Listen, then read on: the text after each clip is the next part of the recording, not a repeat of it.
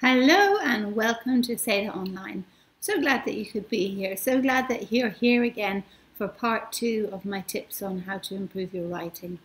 Today I'm going to just talk a little bit more about writing. I hope that you tuned in yesterday, or if you didn't tune in yesterday, you can still go and watch the SEDA College Online on demand. So make sure that you do that. So tips for improving your writing part 2. Are you ready? So do you remember what we were talking about yesterday? Let me give you a little reminder. So we were talking about looking at your punctuation, about how critical it is to have capital letters and full stops at the beginning and the end of your sentence. And loads of times I've seen students and they just put commas in and I say, but that should be a full stop. And they're like, yeah, but it doesn't matter, the comma will do. But the point is a comma won't do. You have to have like your main verb, your subject of the sentence, your main verb, then your extension, then a full stop. Then you get a new subject of the next sentence with a new main verb for that sentence and an extension, a continuation. And that's the structure. And if you start putting commas in where you should put full stops in, you're just confusing the reader. The second one was to make your sentences shorter. So not to think about adding lots and lots of sentences together and imagining that they're just clauses like, I think this, and I think this, and I think this, and I think this, and I think this. That doesn't work. You need to have your subject, your verb, your extension, a full stop, a subject, a verb, and an extension. And otherwise, the reader gets completely confused because they don't know what's going on. They don't know who is the protagonist. They don't know what the sentence is about and which person is the actor on which verb, you know. So it's really, really important. Keep your sentences short so that your reader can follow what it is that you're trying to say. Then the next point is think about your paragraphs. You know, like I've done a lot of correcting of writing in my time, and I've received writing from upper intermediate students, and I still get like one block of text, and that doesn't work. You need to break it down into paragraphs, like one paragraph, one idea, and then you build your ideas. So you have an introduction, that's obviously your overall idea for your piece of writing, and then you break it down into bite-sized ideas, and each of those ideas has to get its own paragraph. You can like build ideas like a pyramid, and so you have like bigger ideas and you break them down into smaller ideas, and that's the way that you actually start to make a logic to what you're speaking about, and that's the way that you make people understand what it is that you're trying to say to them. So you need to plan your writing, plan your thoughts, and structure them into paragraphs where there is a logical idea in each paragraph.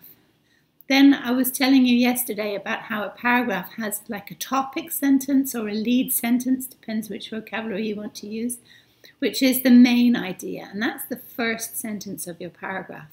And after that, you just have a couple of support sentences. So main idea, main sentence, and then explain, explain. And maybe explain, explain, conclude, or explain, explain. The next idea, explain, explain. And that way you have a logic to your writing. So don't please hand up writing ever again that has more than 5 sentences, that is in less than one paragraph. You need to have paragraphs. You don't need to hand up to your teacher or like in a business environment or anything like that, a piece of writing that's just one block. If you do that, just imagine that you've got your whole dinner, mixed it up and like dumped it on a plate and said to somebody, eat that. When you've got all your ideas, all your mess all thrown in together. Instead, you like to have your salad separate from your potatoes, separate from your meat, separate from your vegetables. And that's the way you want to have it when you're making a decent piece of writing, making something that looks nice, making something that's easy to digest. And then today, so that was really part 1. And today we're just going to talk about linking words and discourse markers. So this is pretty hard work, so I hope you're ready to work now. And then after that, we're just going to talk about practicing and why you need to practice and maybe how you can best practice. So look at your punctuation. We've talked about that. Use capital letters, use full stops, use commas, semicolons, colons. Make your sentences shorter. Don't try to be sophisticated by having really long sentences. Actually, what you're doing is just making your writing indigestible. Think about paragraphs, one idea. Keep it tidy. Be respectful to your reader, to make them, to care about how easily are they going to find your writing so that they can read it. You don't want to think about how clever do you look or how smart do you look. It's like, how easy are you making your life, the life of your reader in terms of reading or writing? That should be your priority. And then linking words and discourse markers. Well, what are we talking about when we're talking about linking words and discourse markers? What we're talking about is signposting. So this is what I'm saying about when you write, you need to show respect to your reader. You need to care about whether your reader is going to understand you. That's the point. And what I was trying to say yesterday, like a clever idea isn't good enough. You have to have a clever idea that's well explained, or even a less clever idea that's accessible to others so that they can develop their ideas. You want to be factual and you want to transmit whatever it is that you want to say in the most clear and effective way. So if you can imagine, like, somebody is trying to find the way, what you want, I suppose these days now when we have Google Maps, you just put Google Map in and you just know exactly where you want to go. But, all over the city still, you still have signposts. You're like, this is the direction that you want to go in. And so, like, when you're driving to the airport, you look for the signs, airport this way, airport this way, airport this way, and then you follow those signs. Well, the same when you're writing is that you need to have signs to say, this is the direction that we're traveling in. And these signposts that help you to navigate your way through the reading so that you can understand, like, how does the logic travel through your piece of writing. So signposting refers listeners or readers back to previous events or statements so that you can understand the logic. Following the incident, this is what happened. In these circumstances, this is what I want you to think. At that time, hitherto, be that as it may, accordingly, in those days. All those little phrases carry the reader or the listener, if you're speaking it, back to a particular time. So that's a signpost. You're like, okay, let's go to this incident and then let's consider, where we're going to go from there. So there's a signpost. It's like a clue, it takes you to the time that you want to be in, and then we'll move on from there. For treasure hunt, Then introducing a new topic. So with regard to finance, or financially speaking, or in terms of finance, or as for finance, or in financial terms, or as far as finance is concerned, or regarding finance, like all those different words, like regarding, with regard to, in terms of, as for, that just is a way of introducing a new topic. You can do this in spoken language as well as in written language, and then you start. So you nominate your topic, and then you talk about it. The first one, you nominate your situation and talk about it. Here you're nominating your topic and then talking about it. Then maybe you need to talk about specific people, facts or events that you've already mentioned so that you can refer to them again. So these are quite formal terms. The aforementioned means the person that was mentioned before. The following terms means what you're about to say. Now the former and the latter, do you know these words? So if you put two together and then you say, like person A and person B, and then I like him but I don't like him, how do we know which one you're talking about, You can't say person A, person B, I like person A, I don't like person B, person A does this, person B does that, person A doesn't, you know, so after a while you're going to have to move into pronouns or other ways of working them out. And if you have two, it's difficult for you to be able to say which one you're talking about. So we have these two words, former and latter. So former is the first one that you referred to, and latter is the last one that you referred to as the second one. So if you put two people down and then you say the former, it means the first one you mentioned. The latter is the last one that you spoke about. F and F, L and L. Then the undersigned is the person who signs the letter at the bottom, underneath. Respectively means in the same order. So if you like one thing more than the other, you say, I like the first thing, I did this respectively, I like it respectively, then it means the order in which it's written. The facts are as follows, so that's just highlighting the fact that facts are coming. And the above address, so this is in a letter if you look above, so that's like a phrase that we use in writing to say like the address above. But we don't say the address above, we say the above address. And then clarify the chronology of events or ideas. So you say, well, the first point is, the first place is, or firstly, and then you say a further point is, or moreover, one final thought is, or last but not least, in conclusion, to sum up. So that just gives you, you learned as well in the very beginning, firstly, secondly, thirdly, lastly. Well, you can use those, they're perfectly good, but you can also say like the first point is, the first place is, in the first place, so you have different things that you can say there. And indicates the speaker or writer's views. So then here you're signposting like what you think. So that would be very normal in a piece of writing, any kind of business environment or academic environment. You set out the situation the way that it is, the way that everyone sees it, and then you come to say like what you think. So you need to clarify like what everybody else thinks or what's taken as general fact, and then what you think. So then you say like, I see it like this, or in my view, it's like this, or frankly, I think that, or I suppose. So there's lots of different ways you can do it.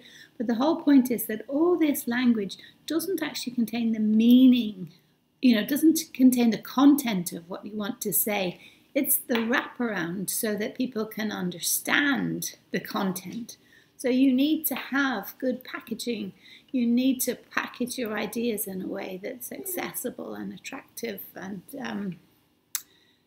understandable to your audience, be that a listening audience or a reading audience. So here we've got some practice now. It's your turn. So this is a letter, and it's very formal English. And you have got to now put in the right words from the words that we were talking about. So we've got them here now on the just above me up there. Referring to the listener or reading or reader back to referring the listener or reader back to previous events, introducing a new topic, clarifying the chronology of events or ideas, making specific reference to people, facts, or events, and then indicating the speaker or writer's views. Okay, so we, and so then the first one is saying, who are we? So, who are we is making a specific reference to people, facts, or events. So from that list, who do you think we are? And then number 2, we, and then whoever we are writing to you to complain about the proposed closure of the Midwest Bank in the village of Little Stopping. Then the second question, the facts. And so now you're talking about the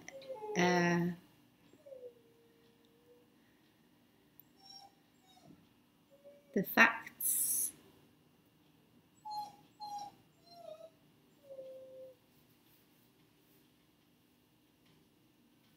Making specific reference to people, facts, or events. Can you work out which one that would be?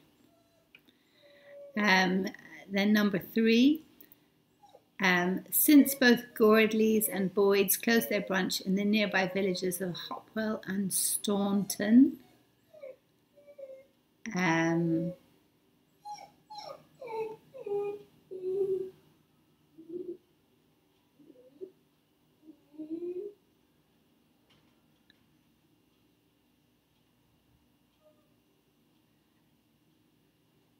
I guess it's about time, isn't it? Like, when did they do it?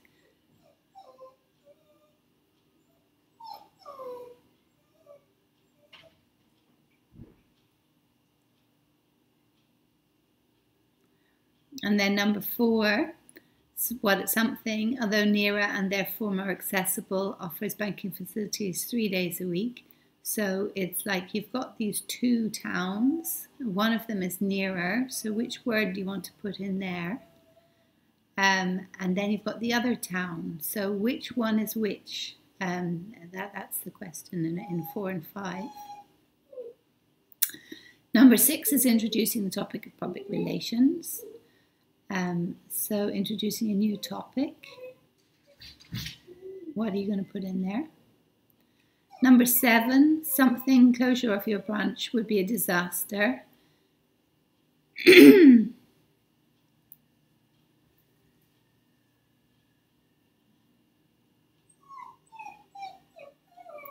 Number 8, what kind of loyal customers were they? Are they still your loyal customers?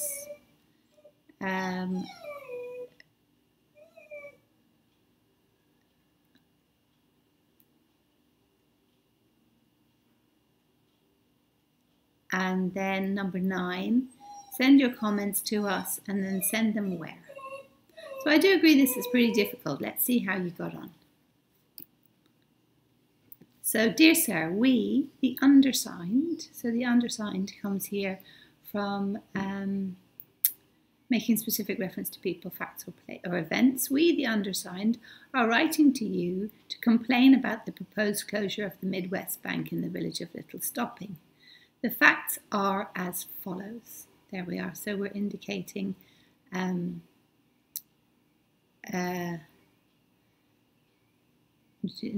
clarifying the contents. Yeah. So that we're saying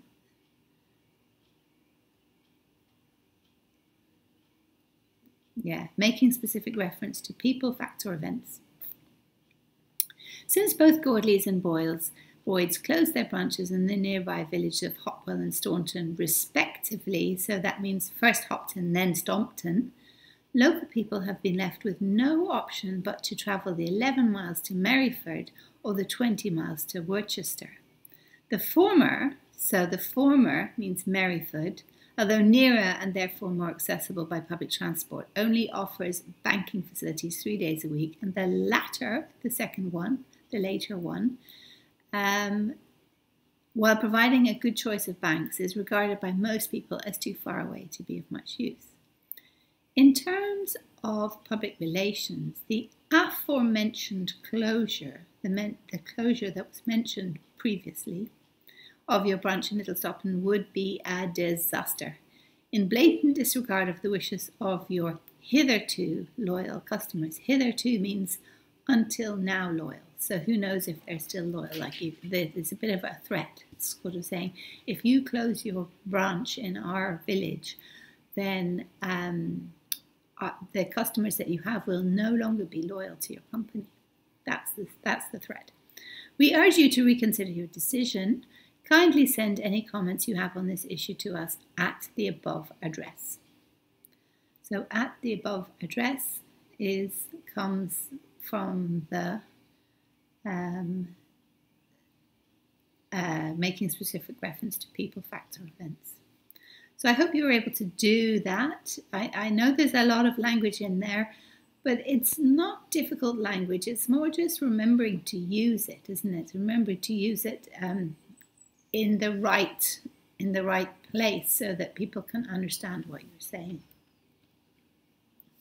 So now we just want to check that having filled in the linking words and discourse markers, that you actually understand the text. So I've got some questions here for you to just read through so that you can understand the logic of what's being said, using the linking words to bring the meaning together, and just answer these questions. So how many times is the closure of the Midwest Bank mentioned? Which bank had a branch in Hopewell? Which town only offers banking facilities 3 days a week? Which are the 2 main points in the letter? In your opinion, which discourse markers from the text shouldn't be used except in very formal style, as in this letter? So are you ready then? How many times is the closure of the Midwest Bank mentioned? Are you able to answer that? So the answer is twice. So you've got the Midwest Bank, where it's mentioned the first time. I'm writing to complain about the proposed closure of the Midwest Bank. And the second time, we'll say the former, in terms of public relations, the aforementioned closure of your bank. So that's the Midwest Bank that's mentioned twice. Which bank has a branch in Hopewell? So Gordley's has a bank in Hopewell. So let's have a look at that. Since both Gordley's and Boyle's closed their branches in the nearby villages of Hopewell and Stompton respectively, so we know that Gourlay's belongs to Hopewell and Boyd's belongs to Stompton. That's the same order. Local people have been left with no option but to travel. Oh, so number 3. Which town only offers banking facilities 3 days a week? Hopewell. We know that because it's like Hopewell and Staunton. The former is the first one, so that's Hopewell, although nearer, only offers banking facilities 3 days a week. And and so the latter is too far away. So the former, the first one, is only open for 3 days. The latter, the second one, is open for, is too far away. So the first one that was mentioned is Hopewell. The second one that's mentioned is Stompton. So number 4, what are the 2 main points of this letter? What is this letter trying to say? Well, the first thing it's trying to say is that it's complaining about the closure of the bank, or it's complaining about the proposed closure of the bank. And the second one, it's asking for the Midwest to reconsider. So like the first paragraph is the main idea. It comes from the lead sentence. We are writing to complain about the proposed closure of the Midwest Bank. The second paragraph says that if you close the suggested closure, it'll be a disaster. And the third paragraph says reconsider your decision. So like reconsider your decision because it would be a disaster. I mean, maybe you could say that there are 3 points. Don't do it, it's a bad idea, please reconsider. Or don't do it, it's a bad idea, please reconsider, as 2. But like that's the 2 main points are don't do it, we're complaining, and then please reconsider. And in your opinion, which discourse markers shouldn't be used except in this very formal style? So the undersigned, is that very fancy? Yes.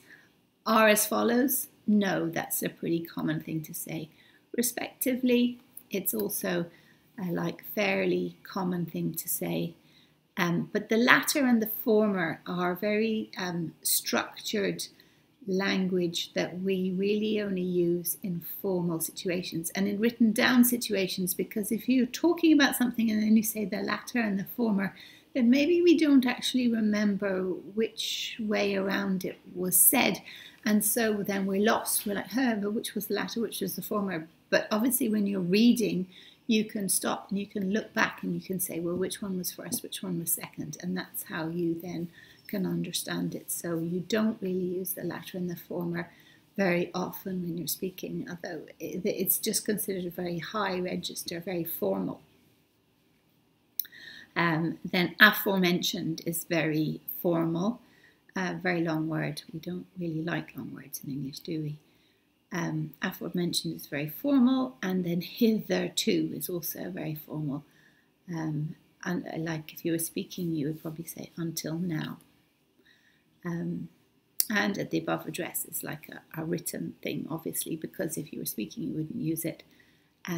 But yeah, you might, if you were writing a letter to somebody else that wasn't quite so formal, you could still use at the above address. Like, please answer me at the above address. Please send whatever I requested to the above address. That's perfectly sort of ordinary standard English.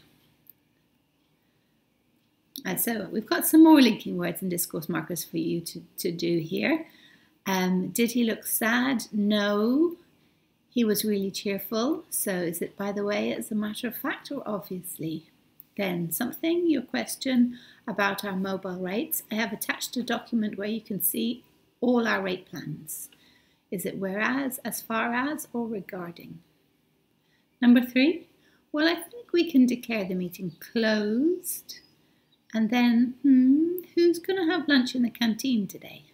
So this, like, the topic has changed. The most qualified candidate always gets the job. Is that in fact, basically, or obviously? And I'll help him. He's always been there for me. So you can see, like, the content of the meaning is already there without these linking words. But it's signposting so that you can understand how the feeler feels, or how important are the ideas, or are you changing topic, or that's what these linking words and discourse markers are for. So are you ready with number 1? Did he look sad? No, he was really cheerful. As a matter of fact, yeah. So you can't say by the way, because if you're saying by the way, you're changing the topic. And obviously is not appropriate, because if you're asking a question, did he look sad, it's unlikely to be obvious. Regarding your question about our mobile rates, I've attached a document. So as far as, you have to say as far as something is concerned. So if you wanted to use as far as, you'd have to say as far as your question about our mobile rates is concerned. You need to put a verb in there, Whereas is the same as but, so it doesn't really work there. So number 3, well, I think we can declare the meeting closed, and then, by the way, who's going to have lunch in the canteen today? Actually doesn't work, because actually means that just as a matter of fact, and anyway it is not changing the topic, whereas by the way is new topic. So meeting closed, and then by the way, changing the topic, who's going to have lunch in the canteen today? Then number 4 is obviously the most qualified candidate always gets the best job. So that's kind of like, when you use obviously, you're stating something that's a general fact. Obviously the most qualified candidate always gets the job. And number 5, I'll help him. After all, he's always been there for me. So you're like saying, well, it's a no-brainer. Of course I'm going to help him. Like, he always helps me. After all, in all circumstances, he always helps me. Is it okay? You got any questions on those? So I've got 5 more. Here we go. Here's some more. So the interiors are beautiful, and they've designed them themselves. The north of the country is industrialized and rich. The south is poor, with an economy based on agriculture. Our objective is to improve productivity and produce quality at the same time. We could say that the charity dinner was a success, and we better find a quick solution to the crisis. Our customers will start to lose faith in us. So can you pick the right one out there each time? Let's try. So number 6, the interiors are beautiful, and what's more, they've designed them themselves. So, and what's more is sort of expressing emphasis, like not only are they beautiful, but they're like the people that designed them, the people that actually own those interiors designed them themselves. So they did it successfully, and most impressively, they did it themselves. You know, that's what we're trying to say there. The north of the county is industrialized and rich on one side, and then on the other side, whereas the south is quite poor with an economy based on agriculture. And then number 8, basically our objective is to improve productivity and produce quality at the same time. So that's like, you know, the baseline, the main objective, the core idea. That's what basically means there. And that's not obvious, because who knows if that is, if people understand that, but it's like, so basically and obviously are not the same, because basically is what's core and obviously is what's obvious. So they're not always the same thing, are they? Number 9, all in all, we could say that the charity dinner was a success. So all in all means, you know, sort of in generally, yes, when you looking at the big picture, that's what that means, isn't it? And number 10, the last one, we better find a quick solution to this crisis. Our customers will start to lose faith in us. So this is like one side or the other, otherwise. So if we don't do this, this is going to happen. If we don't find a quick solution, our customers will start to lose faith. We better do this, otherwise this will happen. So my last tip out of the 5 tips, that is maybe the most important one, is to practice your writing. Because like, it's kind of like if you imagine if you want to improve your physical fitness, you can't just want to do it. You can't just read about it. You can't just think about wanting to do it. You actually just have to get on with it and do it, you know? And so that's the same with any skill. Like if you want to be good at woodwork, you just have to get on and do it. You can't just sit around and wait for you to suddenly master a skill. Unless you write, you'll never be good at writing. So the question is, like, how do you practice your writing in a way that helps you to improve? And the answer has to be that you write something that has meaning for you. You know, there has to be, writing is a form of communication. And just like it's difficult to talk to yourself, you need somebody to listen to you before you can talk effectively. Well, it's the same with writing. You need somebody to read before you can write. So, like in the classroom traditionally, you've always had the teacher that reads. Maybe that's part of the reason why writing is considered such a painful activity, because the teacher traditionally reads in order to critique your work, not to respond to your meaning. And that's why, like, sometimes you feel like, oh, this is not a fun activity because I'm going to try my hardest and then the teacher is going to tell me what I did wrong. So what I'm arguing for is that you actually set up activities where you write for the sake of communication, and if somebody understands you, then that's good. So, you know, you can write for yourself. So that's why you have diaries where you are actually the reader as well as the writer. And that works. And otherwise, like in today's world, text messaging is an amazing way of practicing your writing. You know, it's short and it's frequent, and it's got genuine communicative intent. And they're like, even as a native speaker, you know, even when you're writing in your own language, you have to stop for a minute and say, now, what is it that I'm trying to tell my audience? Because I can't just like write loads of stuff, because they'll get bored reading it and they won't understand. So you have to stop and think, what's my main message? And that's exactly how you become a good writer in your own language or in any other language. So maybe you should just start texting in English when you're talking to your friends. If you know they speak English, don't text them in your first language. Text them in English, and then maybe they'll answer you in English, and that way you'll just improve. And that, you know, that's a great way of improving your English. it's making it authentic. Then otherwise you can like sign up to online chats, you know, where you find something, an online chat forum that you're actually interested in, and then start posting your ideas in English and just see what answers you get back, see if people can respond to you. And then you get the joy, you know, of communicating, because the joy of communicating is when you have an idea and you express it to somebody else and they understand and they give you feedback, you know. So try and set that up for yourself so that you actually are getting some satisfaction from the writing that you're doing.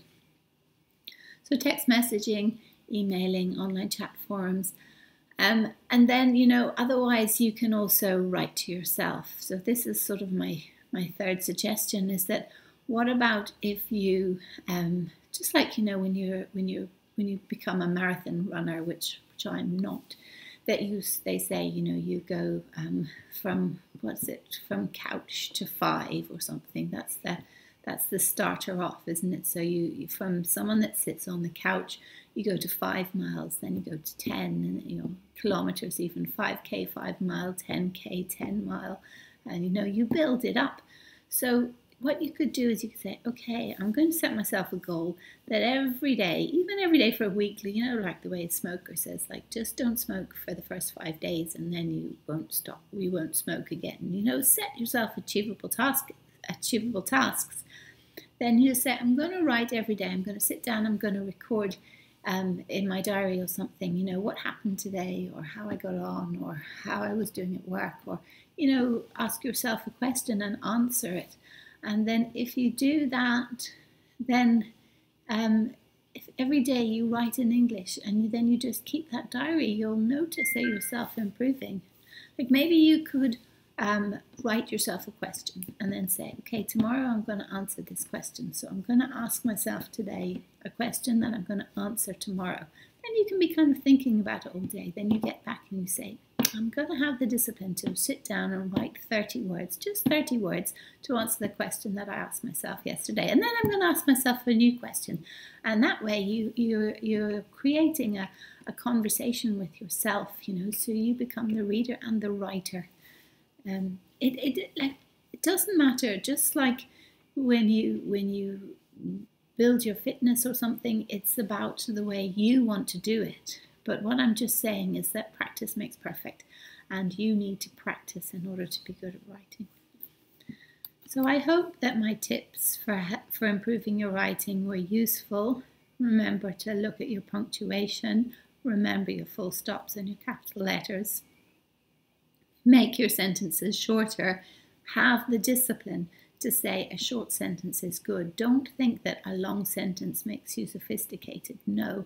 Short sentence is nice, it's snappy, it's fresh, it's easy to understand. Short sentences are good. Think about paragraphs. One idea, one paragraph. Don't throw everything into one big lump that's like eating everything off a plate at the same time. Cake, salad and meat and soup all mixed up together. Don't do that. So one paragraph, one idea. And then learn linking words and discourse markers. Just remember to enrich your language by having these words that show what direction you're going in, how one idea compares with another, and how you should sequence yourself through your writing and find your way through the logic of the piece of writing that you're doing. And finally, practice makes perfect. So I hope this helped you. I hope that you will write a bit, and I'd love it if you'd write in the comments below and let me know what you think. Thanks very much for your attention. Bye.